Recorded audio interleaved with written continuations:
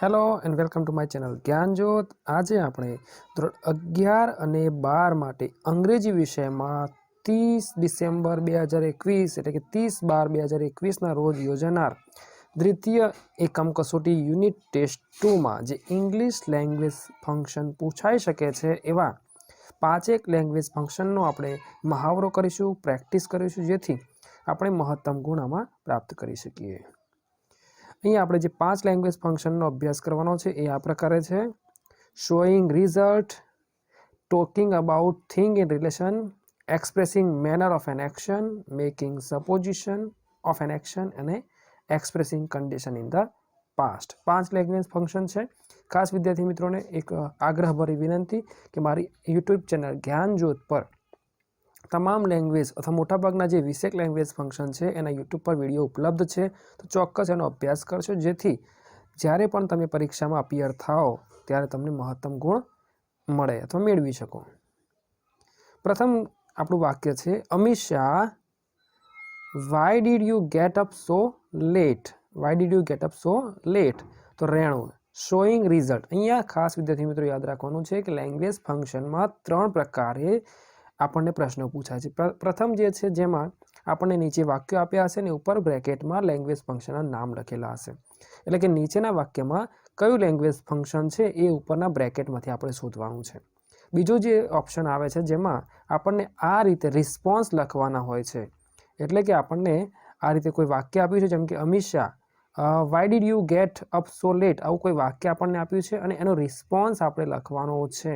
તો ખાસ વિદ્યાર્થી મિત્રો જ્યારે રિસ્પોન્સ લખવાનો હોય ત્યારે આપણે એ ધ્યાન રાખીશું કે ઉપરનું જે વાક્ય છે એનો રિસ્પોન્સની સાથે સાથે જે બ્રેકેટમાં આપણે લેંગ્વેજ ફંક્શન આપ્યું છે એ બંને હોવું જોઈએ। એટલે ફરી એકવાર તમને કહી દઉં, આપણો રિસ્પોન્સ પણ હોવો જોઈએ અને સાથે સાથે આપેલ લેંગ્વેજ ફંક્શનના જે એલિમેન્ટ્સ જે છે એ પણ એમાં યુઝ થયેલા હોવા જરૂરી છે। એટલે કે બંને હોય એવું વાક્ય આપણે સિલેક્ટ કરવાનું છે। જોઈએ આપણી પાસે કયું વાક્ય છે અને એકવાર ફરી સમજવાનો પ્રયત્ન કરીએ। તો વાક્ય આવું છે, Amisha Y did you get up so let? Amisha એવું પ્રશ્ન પૂછે છે કે તું શા માટે મોડી ઉઠી? સો લેટ, બરાબર। તો રેણુ શું કહે છે? શોઈંગ રિઝલ્ટ નામનું લેંગ્વેજ ફંક્શન સાથે આપણે વાક્ય શોધવાનું છે। તો પ્રથમ છે A, I was too tired to get up early. શું કહે છે? આઈ વોઝ ટુ ટાયર્ડ, હું ખૂબ જ થાકી ગઈ હતી, ટુ ગેટ અપ અર્લી। બે લેંગ્વેજ જે એલિમેન્ટ જે આપણને આપેલા છે શોઈંગ રિઝલ્ટનું અહીં આપણને આપ્યું છે ટુ। શું કહે છે? હું ખૂબ જ થાકી ગઈ હતી વહેલા ઉઠવા માટે, મીન્સ કે એનાથી વહેલા ઉઠાયું નથી। વાક્ય આપણને બિલકુલ સાચું લાગે છે અને બંને જ જે આપણે વાત કરીએ એ પ્રમાણે રિસ્પોન્સ પણ છે, કારણ કે અહીંયા મોડા ઉઠવાનું કારણ પણ દેખાઈ રહ્યું છે અથવા શા માટે છે એનો રિસ્પોન્સ એક પ્રકારે છે, અને શોઈંગ રિઝલ્ટનું જે ફંક્શન જે એલિમેન્ટ જે છે ટુ એ અહીંયા દેખાઈ રહ્યું છે। બીજું જોઈએ એટલે આપણું વાક્ય સાચું છે, પણ ખાસ વિદ્યાર્થી મિત્રો એ પણ ધ્યાન રાખશો કે જ્યારે આપણે MCQના જવાબ સિલેક્ટ કરતા હોય ત્યારે ભલે પ્રથમ જવાબ સાચો લાગે અથવા હોય, છતાંય બાકીના ઓપ્શન પણ પસંદ એકવાર જોઈ લેવા પછી જ પસંદગી કરવી, નહીંતર ઘણીવાર શું થાય કે એ પણ સાચું હોય અને બી પણ સાચું હોય અને ત્રીજો એટલે કે સી જવાબમાં એવું લખ્યું હોય કે એ અને બી બંને અથવા બોથ એ એન્ડ બી અથવા એ એન્ડ સી આવું કંઈક આપ્યું હોય, તો આપણે પૂરા 4 જે ઓપ્શન છે એને એકવાર જોઈ લેવા તો જોઈએ। બીજો ઓપ્શન છે સાચો છે કે નહીં જોઈ લઈએ। I went to bed late night, એક રીતે કહી શકાય કે થોડો ઘણો રિસ્પોન્સ છે શા માટે મોડા ઉઠ્યા છે, તો I went to bed late night, બરાબર છે। પણ લેંગ્વેજ ફંક્શન જે શોઈંગ રિઝલ્ટ આપ્યું છે, કયા કારણસર આ પરિણામ થયું આપણે યાદ રાખીશું। શોઈંગ રિઝલ્ટનું મતલબ જ છે કે કોઈ એક ઘટના બની અને એના કારણે ઘટનાનું જે પરિણામ છે એ પણ આપણે રજૂ કરવાનું હોય છે, એ અહીંયા દેખાતું નથી, એટલે આપણો બી નામનો જે જવાબ છે એ બિલકુલ ખોટો છે।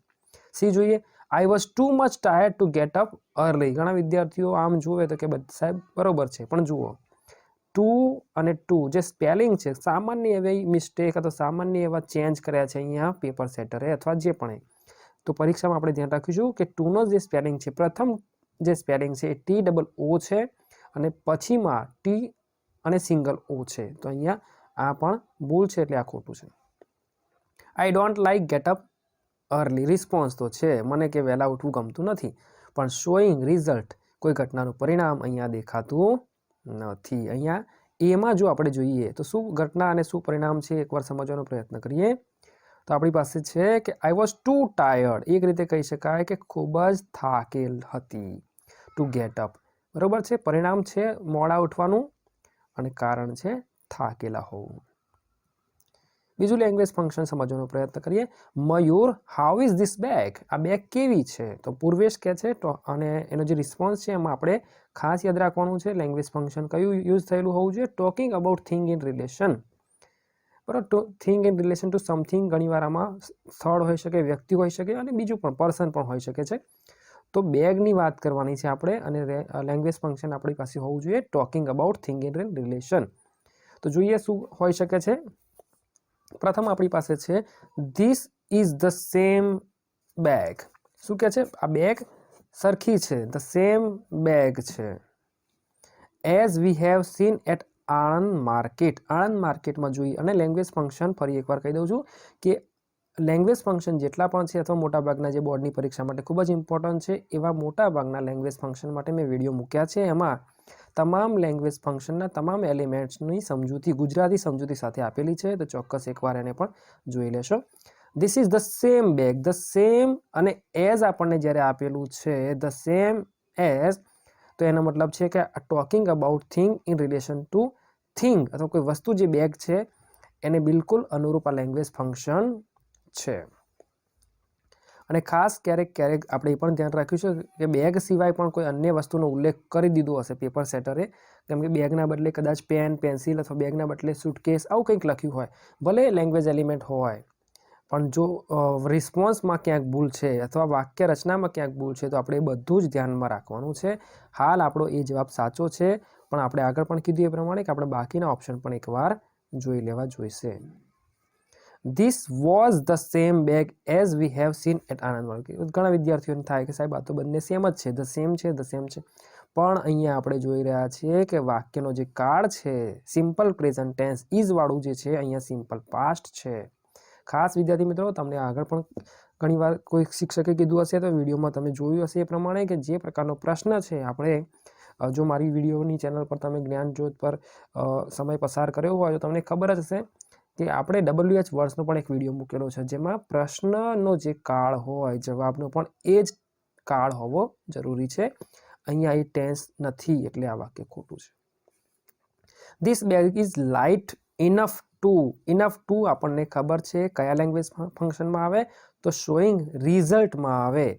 This bag is light enough to carry easily, અને અહીંયા કોઈ એવો રિસ્પોન્સ પણ આની દેખાતો નથી, બરોબર છે, એટલે આ વાક્ય પણ બિલકુલ ખોટું છે. ધીસ ઇઝ વેરી કોસ્ટલી, બરોબર, આમ જોવા જઈએ તો રિસ્પોન્સ બિલકુલ સાચું છે. હાઉ ઇઝ ધીસ બેગ, તો ધીસ બેગ અથવા this is very costly bag અથવા this bag is very costly response તો છે, પણ language function showing talking about thing in relation to something વાળું નથી, એટલે જવાબ આપણો એ બિલકુલ સાચો છે. થર્ડ નંબરનું આપણું સેન્ટેન્સ છે Amitabh C those children how gracefully તે ડાન્સ. શું કહે છે Amitabh?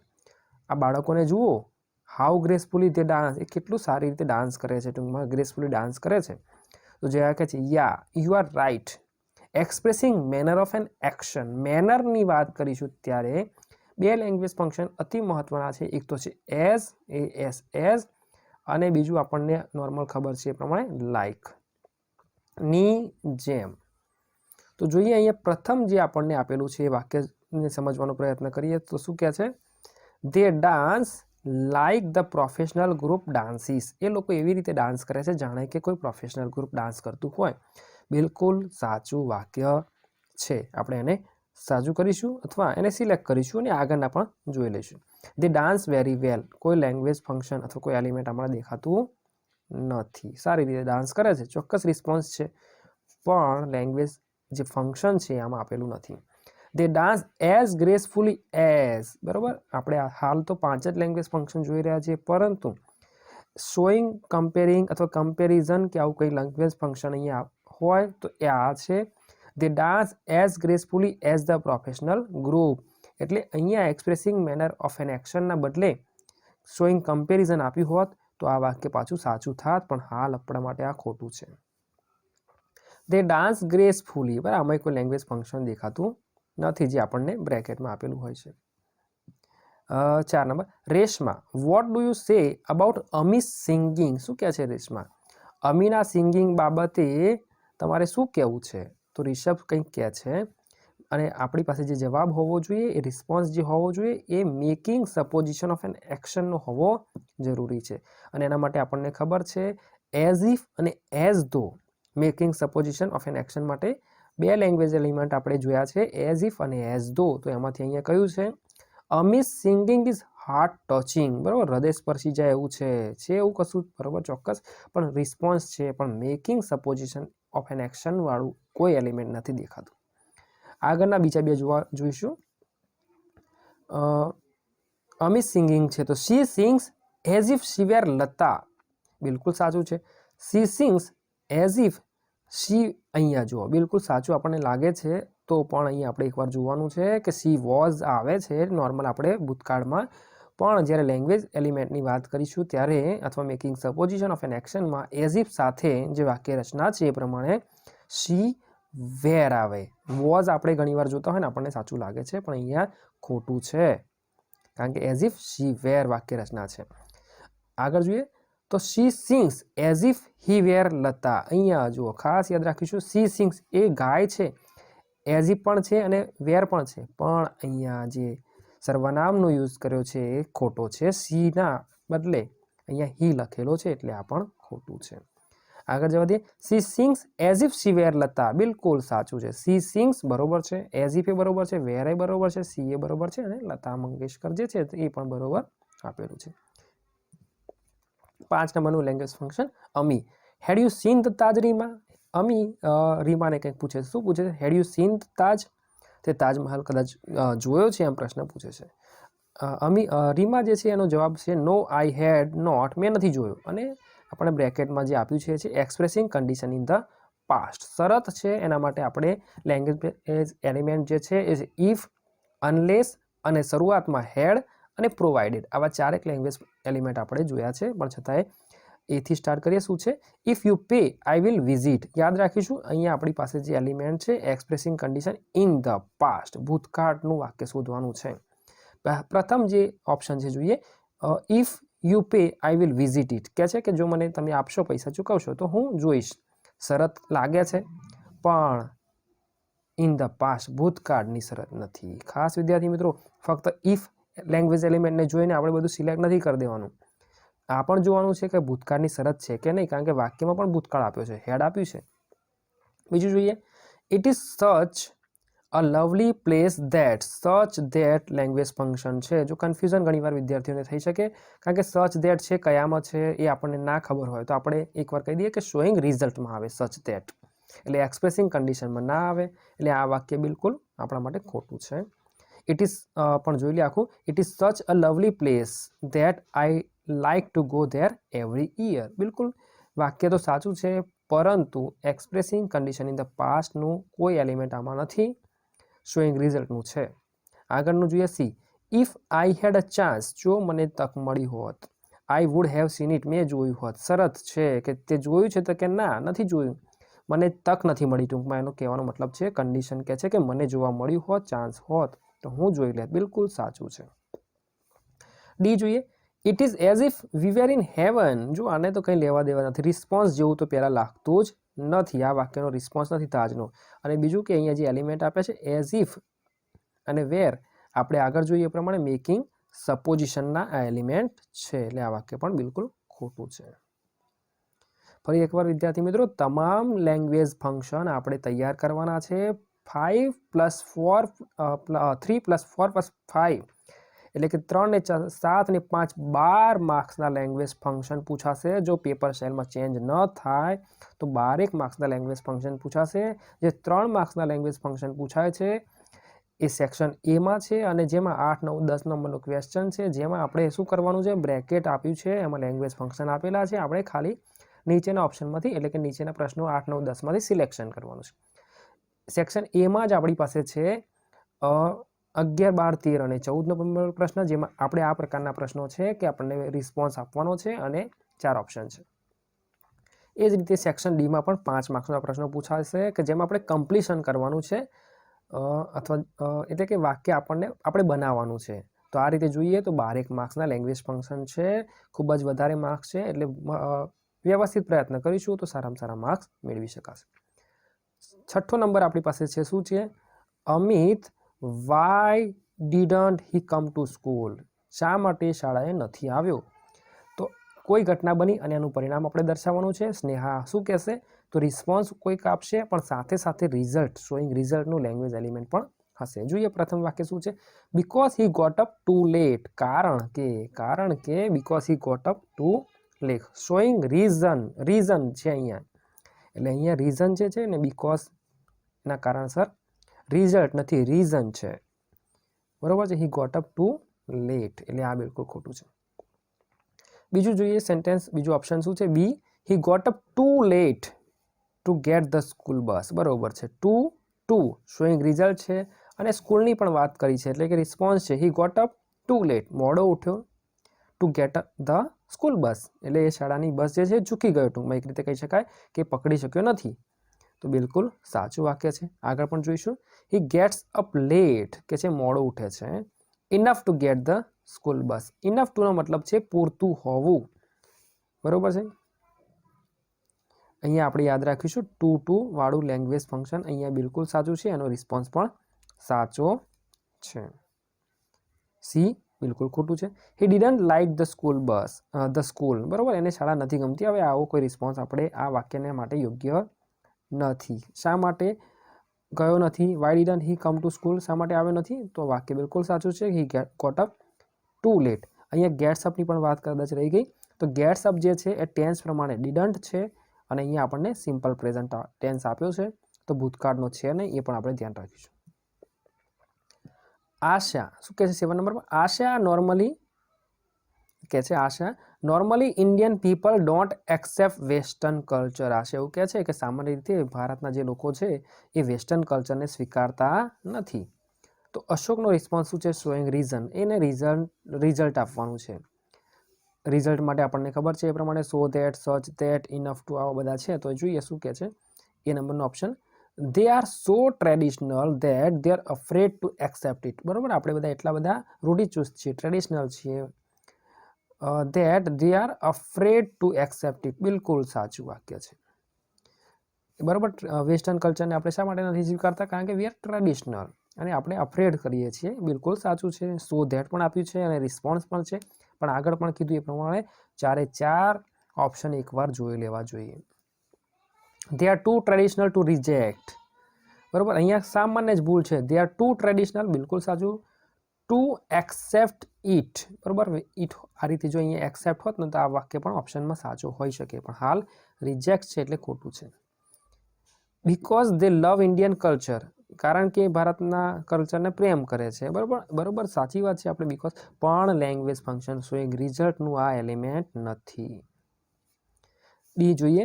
They are so traditional that they are afraid two accept. જુઓ સ્પેલિંગમાં જ થોડોક ફેરફાર છે, બાકીનું એ અને ડીનું બંને વાક્યો સેમ જ છે. ફક્ત સ્વીકારવું, એક્સેપ્ટ, તો બંનેમાં થોડોક ચેન્જ છે એટલે ડી પણ નહીં આવે. ફક્ત એ જવાબ સાચો છે. ઘણીવાર વિદ્યાર્થી મિત્રો આવી નાની ભૂલોના કારણે આપણા 1-2 માર્ક્સ કપાઈ જાય છે. તો ચોક્કસ 4 ઓપ્શનને અને પૂરેપૂરું આપણે આગળ પણ ઘણીવાર વાત કરીએ છીએ કે કોઈ પણ પ્રશ્નનું જ્યારે આપણે સોલ્યુશન ખાસ પ્રેક્ટિસ વખતે કરતા હોઈએ તો એનું એટલું પોસ્ટમોર્ટમ કરવું જોઈએ કે જેથી પરીક્ષા વખતે ખૂબ જ ઓછા સમયમાં, જે આપણે 3 કલાક છે, એનો મહત્તમ લાભ મળે. અને અગાઉ આપણે એટલી પ્રેક્ટિસ કરી હોય કે 3 કલાકમાં આપણે આપણું 100% આપી શકીએ. આપણે જાણીએ છીએ એ પ્રમાણે આજે પણ વિરાટ કોહલી કે MS ધોની છે કે રોહિત શર્મા છે, એમને ખબર છે કે મેચમાં એક જ વાર આઉટ થવાનું હોય છે. એમને ખબર છે કે વન ટાઈમ જો તમે આઉટ થઈ ગયા તો પછી એ મેચમાં તમે દાવ લઈ શકતા નથી.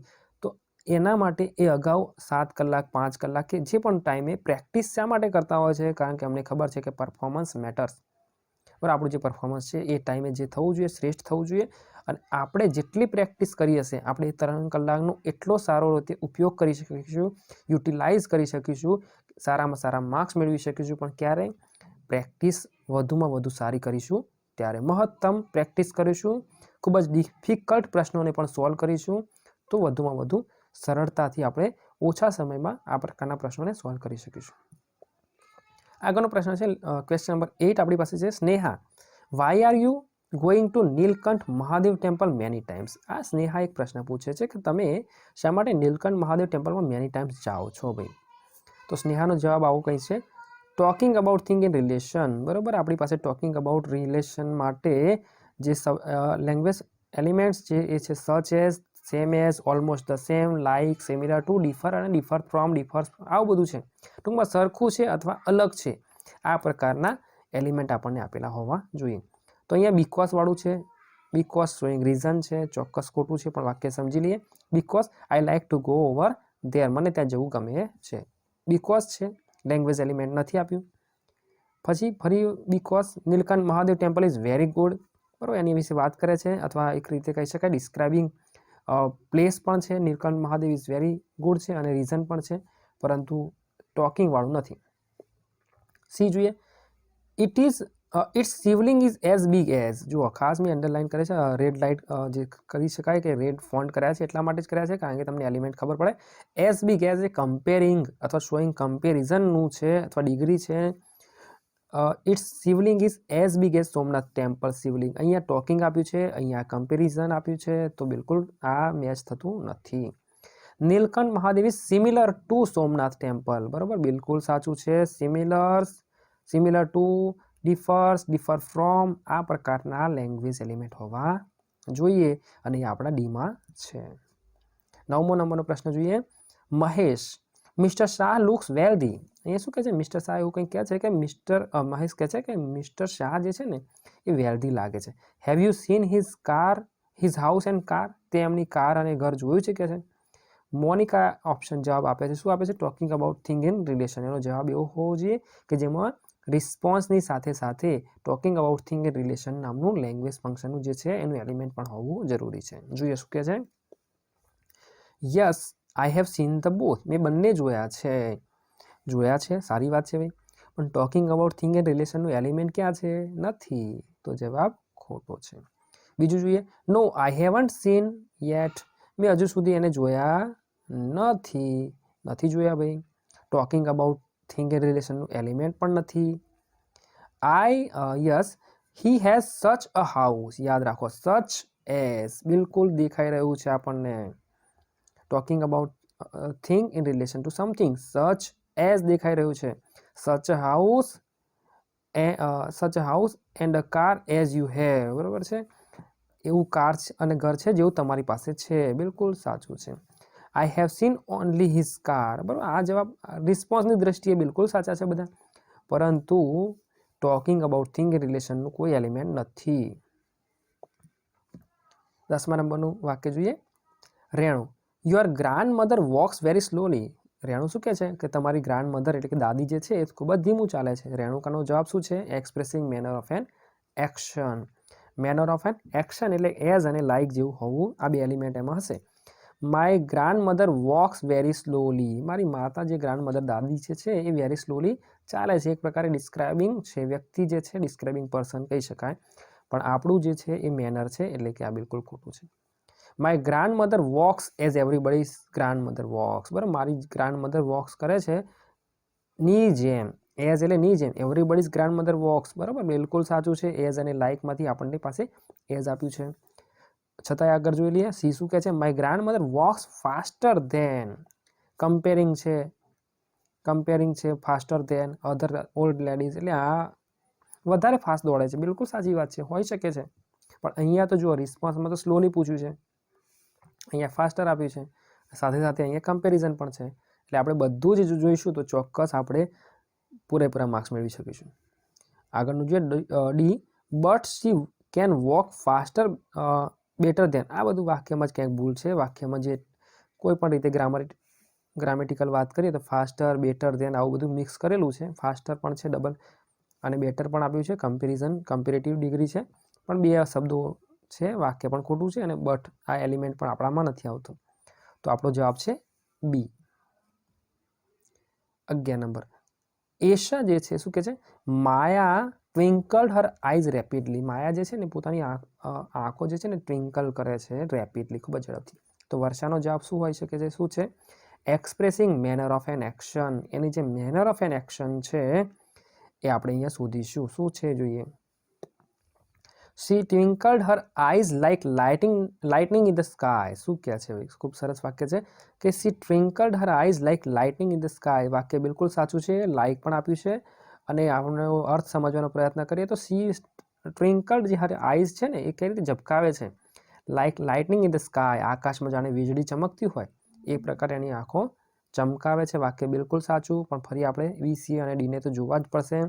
She twinkled her eyes as if આપણને ખબર છે મેકિંગ સપોઝિશનમાં આવે એટલે અહીંયા કદાચ વાક્ય રિસ્પોન્સ સાચું હોઈ શકે છે, પણ આપણને જે આપેલું લેંગ્વેજ એલિમેન્ટ છે, લેંગ્વેજ ફંક્શન છે એને અનુરૂપ નથી. She twinkled her eyes as if lightning in the sky. બરોબર છે? બિલકુલ ખોટું છે. She might get eye problem in future. બરોબર, આમાં તો કંઈ છે જ નહીં, રિસ્પોન્સ પણ નથી અને એક્સપ્રેસિંગ મેનર ઓફ એન એક્શનનું પણ કોઈ એલિમેન્ટ દેખાતું નથી. She is so expert that none can twinkle.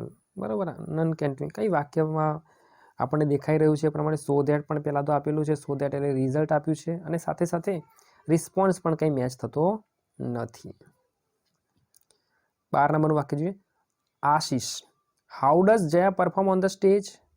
Ashish શું કહે છે? જયા કઈ રીતે સ્ટેજ પર પરફોર્મન્સ કરે છે? તો મનીષ નામનો વ્યક્તિ જવાબ આપે છે making supposition of an action. શું વાક્ય છે પહેલું? He does not perform well. એ સારું પરફોર્મ કરતો નથી. ડિસ્ક્રાઇબિંગ અ પર્સન જેવું લાગે છે, પણ આપણે તો મેકિંગ સપોઝિશન જોવાનું છે ને મેકિંગ સપોઝિશનમાં આપણી પાસે હોવું જોઈએ એઝ ઇફ અથવા એઝ ધો. બિલકુલ ખોટું છે. જયા ડાન્સીસ એઝ ઇફ શી વેર માધુરી. બરોબર, અહીંયા આપણને જયા આપ્યું છે અને અહીંયા પણ જયા છે. જયા ડાન્સીસ, અહીંયા પણ જોવાનું રહી ગયું કદાચ કે હી આપ્યો છે એટલે હી તો આવે જ નહીં, કારણ કે કોઈ સ્ત્રીની વાત છે, છોકરીની વાત છે. જયા ડાન્સીસ એઝ ઇફ શી વેર માધુરી. વાક્ય જો આ સાચું છે. જયા પણ છે, ડાન્સીસ પણ કરે છે, કારણ કે સિમ્પલ પ્રેઝન્ટ ટેન્સ અહીંયા પણ છે, બંનેમાં છે. એઝ ઇફ છે, સ્ત્રી છે, જયા છોકરી છે એટલે સી પણ છે, વેર પણ આપ્યું છે અને માધુરી પણ આપ્યું છે. બિલકુલ સાચું છે. આગળના ઓપ્શન જોઈએ. હી ડાન્સીસ, ફરી એકવાર જોઈ લઈએ. હી તો આવે જ નહીં, કારણ કે અહીંયા જયાની વાત છે, છોકરી છે. હી ડાન્સીસ એઝ પણ ના આવે, એઝ ઇફ આવવું જોઈએ. રિયલ ડાન્સર ડાન્સીસ વાક્ય બંને રીતે ખોટું છે. ગ્રામરની રીતે પણ ખોટું છે, કારણ કે પ્રોનાઉન જે સર્વનામ છે એ પણ હી છે અને એઝ ઇફના બદલે એઝ આપ્યું છે. એઝ એટલે મેનર માટે આવે એટલે આપણને ખોટું છે. ડીની વાત કરીએ તો જયા ડાન્સીસ એઝ ઇફ હી વેર રેમો. જુઓ કઈ રીતે ખોટું છે. જયા પણ સાચું છે, ડાન્સીસ પણ સાચું છે, એઝ ઇફ પણ સાચું છે, પણ હી લખ્યું છે અને રેમો પણ. ખાસ આપણે ધ્યાન રાખીશું. ખૂબ ઓછા સંજોગોમાં એવું બનશે, પણ અહીંયા આપણે રેમો જે પુરુષ છે એટલે કદાચ સાચું પણ કહી શકાય, પુરુષ જેવો પણ ડાન્સ કરી શકે, પરંતુ અહીંયા સી તો હોવું જ જોઈએ. 13 નંબરનું લેંગ્વેજ ફંક્શન જોઈએ. વરુણ શું કહે છે? Ashish plays good cricket. Ashish છે ને સારી ક્રિકેટ રમે છે. અરુણ શું કહે છે? Making supposition of an action. બરોબર, કોઈએ સપોઝિશન કરવાનું છે એટલે કે એઝ ઇફ અથવા એઝ ધો વાળું લેંગ્વેજ ફંક્શન હશે. આશિષ પ્લેઝ ગુડ ક્રિકેટના અનુરૂપ રિસ્પોન્સને અનુરૂપ એટલે ટૂંકમાં આના રિસ્પોન્સ અને મેકિંગ સપોઝિશન વાળું એલિમેન્ટ પણ હોવું જોઈએ. હી પ્લેઝ એઝ ધો હી વેર MS ધોની. બિલકુલ સાચું વાક્ય છે. કદાચ ભૂલથી રેડ ફોન્ટ બધામાં થઈ ગયા છે, આખા સેન્ટેન્સમાં થઈ ગયા છે, પણ આપણે યાદ રાખીશું.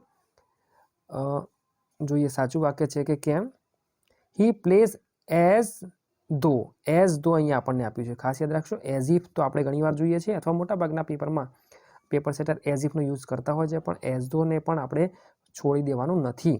હી પ્લેઝ એઝ ધો હી વેર MS ધોની. બિલકુલ સાચું છે. આશિષ છે, પુરુષ છે એટલે હી પણ વાપર્યું છે. ટેન્સની વાત કરીએ તો સિમ્પલ પ્રેઝન્ટ ટેન્સ છે. એઝ ઇફ અથવા એઝ ધો જે છે સપોઝિશનનું એલિમેન્ટ પણ આપ્યું છે. પુરુષ છે એટલે અહીંયા પણ આપણે ફરી હી જોઈ રહ્યા છે. વેર પણ ખાસ આપ્યું છે અને MS ધોની પણ. આખું વાક્ય બિલકુલ પરફેક્ટ છે. બીની વાત કરીએ. હી પ્લેઝ હોકી ઓલ્સો. બરાબર, એ હોકી પણ રમે છે. વાક્ય સાચું છે. રિસ્પોન્સ તો જો કે એનો નથી લાગતો, પરંતુ વાક્ય તો ખોટું છે નહીં ગ્રામેટિકલી, પણ ના રિસ્પોન્સ છે ના લેંગ્વેજ એલિમેન્ટ છે એટલે ખોટું છે. સી જોઈએ. But you should do regular exercise. બરાબર, તમારે કસરત કરવી જોઈએ. ગિવિંગ એડવાઇસ સજેશન નામનું લેંગ્વેજ ફંક્શન દેખાઈ રહ્યું છે.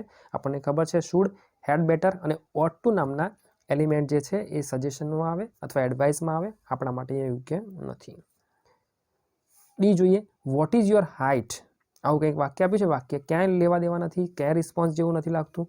પણ એક વસ્તુ આપણે સમજીશું, ક્વેશ્ચન આપ્યો છે ક્યાંક ક્યાંક પરીક્ષામાં આસ્કિંગ ક્વેશ્ચન અથવા ઇન્ક્વાયરી, તો પ્રશ્નાચિહ્ન માત્રથી પણ આપણે એ પણ ધ્યાન રાખીશું કે એ પણ લેંગ્વેજ ફંક્શન આપણે શીખવું જોઈએ. હાલ આપણા માટે આ વાક્ય માટે એને કોઈ જરૂરી નથી. આગળ વધીએ.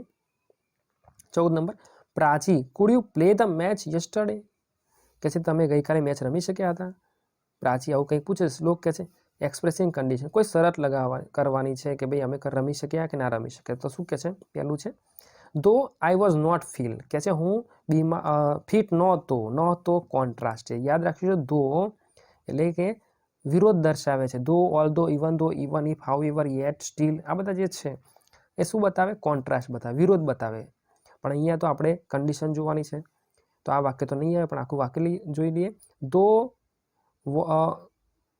was not fit, I was not fit, I could play the match yesterday. બરાબર, વાક્ય એક રીતે કહી શકાય કે હું ગઈકાલે ફિટ નહોતો, બરાબર છે, પણ હું રમી શક્યો. ટૂંકમાં આવું કંઈક રિસ્પોન્સ છે, પણ કન્ડિશન નથી.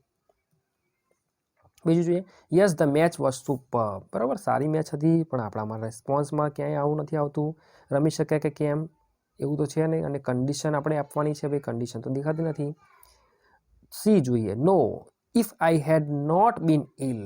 પહેલો તો કહે છે કે પહેલો રિસ્પોન્સ જ છે કે food you play the match yesterday, તો કહે છે નો, ના રમી શકે, નથી રમી શક્યો.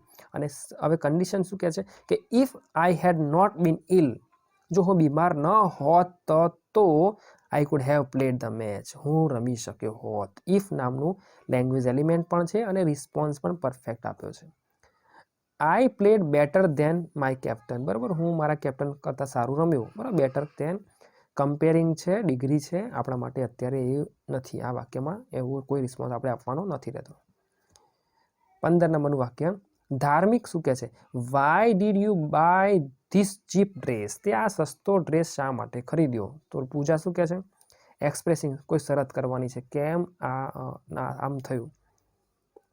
ઓપ્શન છે if I had more money, મારી પાસે જો પૂરતા પૈસા હોત ને તો આઈ could have bought a costly dress. બરાબર, ટૂંકમાં શરત એ છે કે મારી પાસે પૈસા નથી, મારી પાસે પૈસા નથી. If I had more money I could have bought the costly dress. If આપણી પાસે કન્ડિશન પણ છે અને ડ્રેસની પણ પરફેક્ટ વાત થઈ ગઈ છે, રિસ્પોન્સ પણ પરફેક્ટ છે અને એલિમેન્ટ પણ પરફેક્ટ છે. એ જવાબ સાચો છે. પણ આગળના જોઈ લઈએ, જેથી બાકીના 5 સિવાયના પણ જે આપણે ઘણા આગળના વાક્યોમાં પણ શીખ્યા કે બીજા લેંગ્વેજ ફંક્શન પણ આપણે આ 5માંથી જે ઓપ્શનમાં છે એના આધારે બીજા ઘણા લેંગ્વેજ ફંક્શન પણ શીખી લીધા. તો આમાં પણ આ બી જોઈ લઈએ. શું કહે છે, I had enough money, enough to આપણી પાસે છે, શોઈંગ રિઝલ્ટ વાળું છે. Enough money to buy costly dress. બરાબર છે, એટલે એ તો આપણું શોઈંગ રિઝલ્ટ વાળું છે અને રિસ્પોન્સ પણ કંઈ મેચ થતો નથી. સી જોઈએ, it is one of the best comparing degree છે. હાલ જોવા જઈએ તો એ તો સુપરલેટિવ ડિગ્રીનું વાક્ય છે, વન ઓફ ધ બેસ્ટ અથવા શોઈંગ કમ્પેરિઝન, પણ હાલ તો એ નથી આવતું કારણ કે આપણે તો કન્ડિશન જોવાની છે. ડી ઓપ્શન શું કહે છે, unless I had more money, મારી પાસે વધુ પૈસા ન હોત તો આઈ could have bought a costly dress. જો ના પૈસા હોત તો કઈ રીતે ખરીદી શકત. એટલે વાક્ય રચના થોડી ખોટી લાગે છે. આપણો જવાબ છે if I had more money, મારી પાસે પૂરતા પૈસા હોત, આઈ could have bought a costly dress. A option સાચો છે. Thanks for watching my video. Please like, share my videos and subscribe to my channel Gyan Jyot for more videos. Thank you.